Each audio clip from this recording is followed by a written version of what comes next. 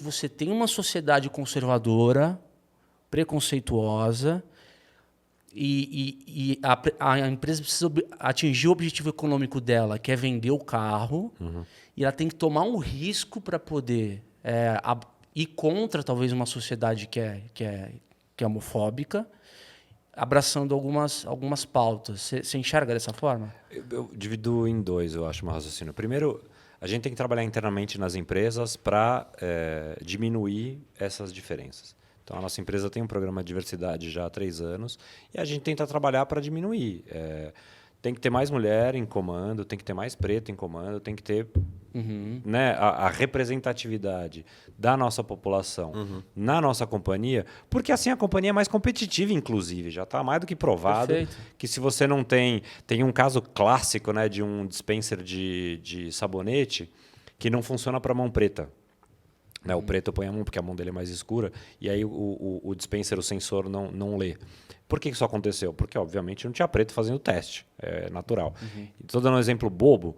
A gente dá um exemplo também engraçado na indústria. O Isofix, eu não sei quem tem criança, que vocês são mais novinhos, mas para fixar a cadeirinha de uma maneira mais segura, existe um dispositivo chamado Isofix, que ele é uma trava mecânica, né, poderosa para garantir a segurança da cadeirinha e do bebê. Ela certamente não foi projetada por uma mãe ou por um pai, foi por um engenheiro, porque aquilo é dramático. Não é fácil de colocar. Exato. Então, é banal dizer que a diversidade traz produtos mais adequados para todo mundo, né? Porque se só tem homem branco tomando decisão, você vai produzir produto para homem branco. Sim. Então, internamente, a gente tem um programa. Diversidade e inclusão, a gente ainda não é diverso, está longe de ser, mas a gente está trabalhando para melhorar.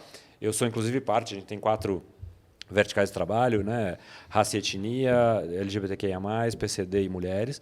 Eu sou sponsor da parte de raça e a gente está trabalhando para tentar aumentar o número de pretos que chegam em postos de liderança. A nossa missão é essa, porque mais da metade do Brasil é preta e não tem preto em liderança. Então, a gente tem que trabalhar nesse sentido. Então, internamente, a gente tem que fazer isso. Tem que fazer porque é assim que tem que fazer.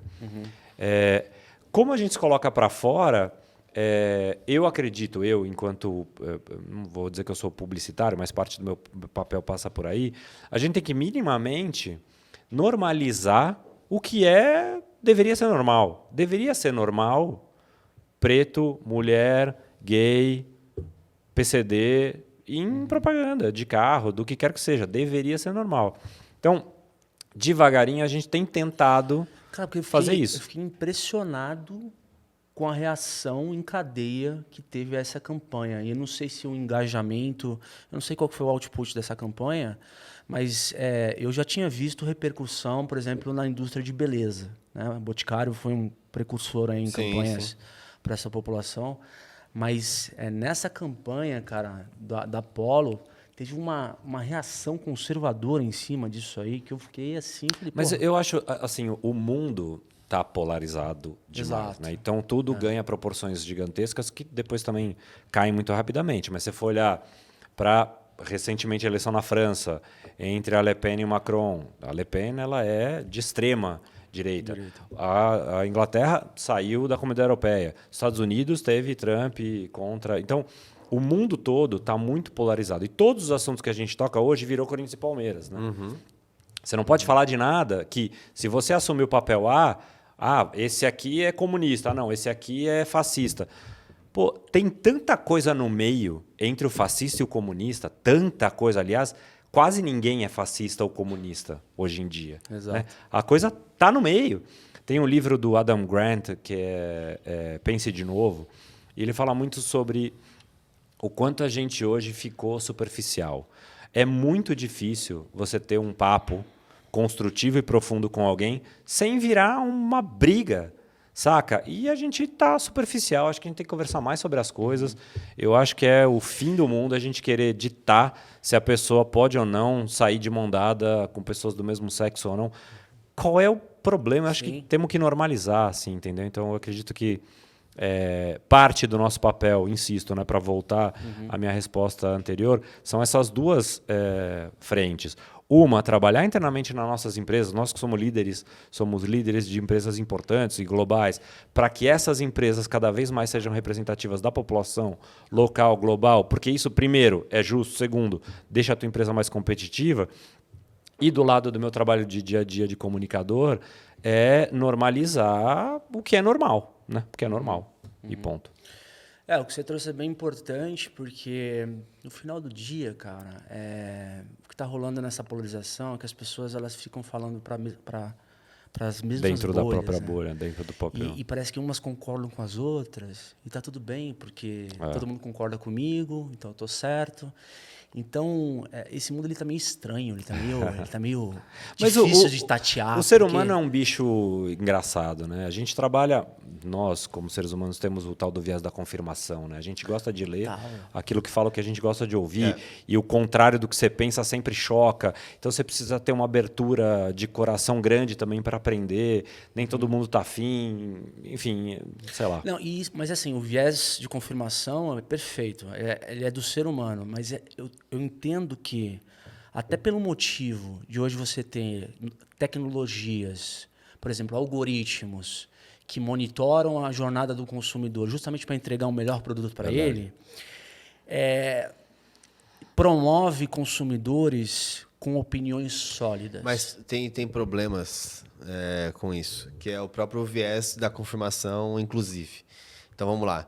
Se natural também... O que eu ia falar é o seguinte, você formar consumidores com opiniões sólidas significa que você deixa de lado a dúvida. E se você deixa de lado a dúvida, você deixa a capacidade de questionar do ser humano, seja toda e qualquer opinião. Não estou falando só de uma experiência de consumo, não. Estou falando da questão de debate político, às vezes do nosso espaço social enquanto indivíduo, entendeu?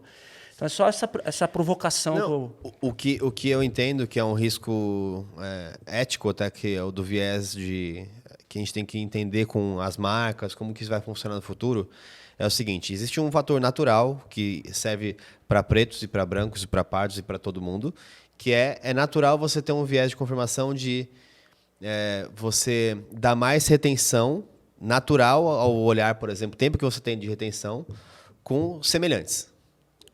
Né? Independente de quem você seja. Então, é possível, por exemplo, que se eu faço uma propaganda que eu tenho 2 pretos atuando ali, por exemplo, e eu lanço no TikTok, todos os brancos tendem a reagir com menos retenção do que pretos. Então, eu posso começar a induzir que não entrega os números, porque eu paro de entregar para aqueles potenciais consumidores. E aí, o próprio sistema, o algoritmo, impediu, que eu acho que é um caminho ideal, que é você desenha no que aparece aquilo que deveria ser o normal, que é um mundo diverso, 50% dos atores serem pretos, ou os outros 50% brancos, não necessariamente caracterizados, como os pretos são funcionários ou empregados e os brancos são os donos do castelo. Só que os algoritmos vão entrar nessa dança. E esse pode ser um problema. Porque a retenção vence qualquer... Por isso que a gente tem que tentar ir fazendo de forma a normalizar.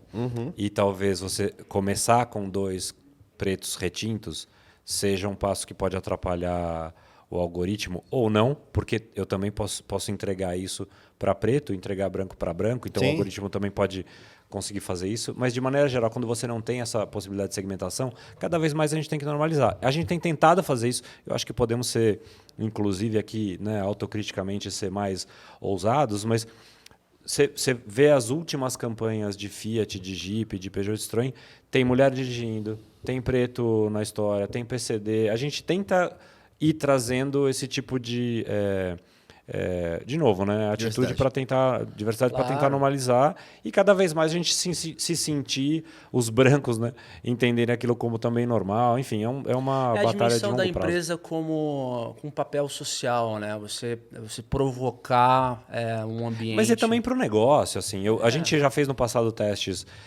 com campanhas que são entregues com mulher dirigindo para mulher e com homem dirigindo para homem. Elas têm melhor performance. Então, se eu consigo ter campanhas diversas, eu vou falar com mais gente. Então, é melhor para o negócio. Se eu tenho preto e branco, se eu tenho mulher e homem, se eu tenho PCD e não, eu vou atingir um público maior. Então, para o negócio, isso é melhor. Então, eu acredito muito que é uma falha sei lá, do costume. Enfim, é um problema, Sim. né, É um que precisa ser problema. atacado e a gente vai fazer isso melhor daqui para frente cada vez mais.